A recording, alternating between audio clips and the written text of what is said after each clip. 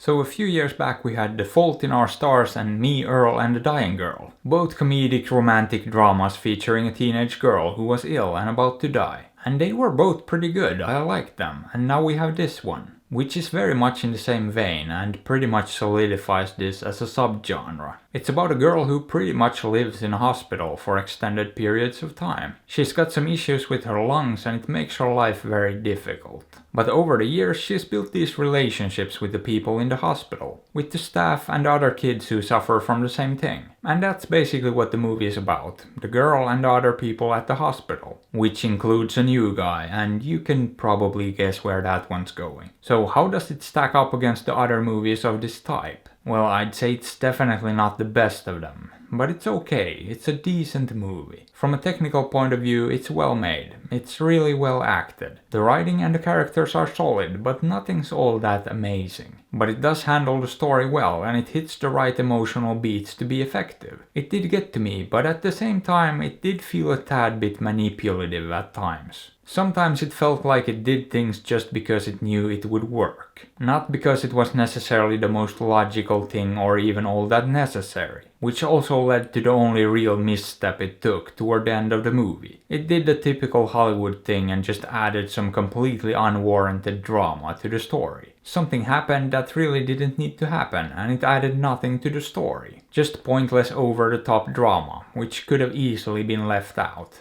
I mean, it's not uncommon, you see that a lot in the third act of movies. They feel the need to ramp it up, but they don't have any real character drama to add to it. So instead they resort to cheap tricks, and that honestly annoys me. You have a movie like this that's fairly grounded and down to earth. I mean, there are some slightly unrealistic elements to it, but hey, it's a movie. But then they suddenly throw something into the mix that's the opposite of that. Something that probably wouldn't happen and doesn't fit the story and the vibe. And it's just lazy and, like I said, unnecessary. There's no need for it. So yeah, that bothered me a bit and brought the movie down a notch. But it's still okay, it's definitely not terrible, it's just sorta harmless. And the characters are likable enough for me to ignore most of the weaker stuff. Now, as far as the performances go, I thought they did a pretty good job. Moise Arias from The Kings of Summer probably stood out the most. I've actually been waiting to see more from him because he was fantastic in that movie. And yeah, he did a really good job with the small role he had. He put a lot of heart into it.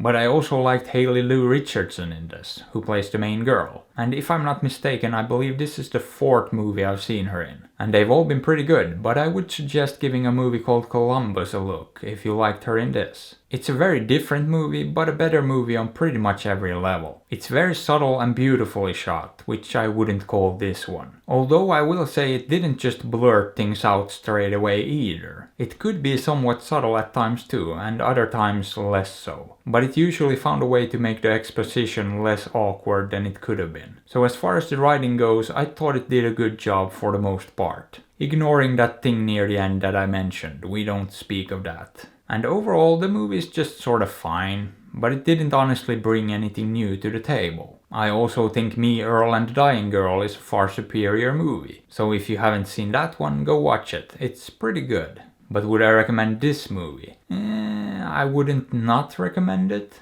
but if you skip it, you're probably not missing out on much either. So do whatever you want, I'm not your dad. But I am trying to sell out, so consider liking, subbing, hitting that bell and supporting me on Patreon. Because I need to build myself a private meditation room with one of those fancy cushions. And hey, why not drop a comment below or check out another review?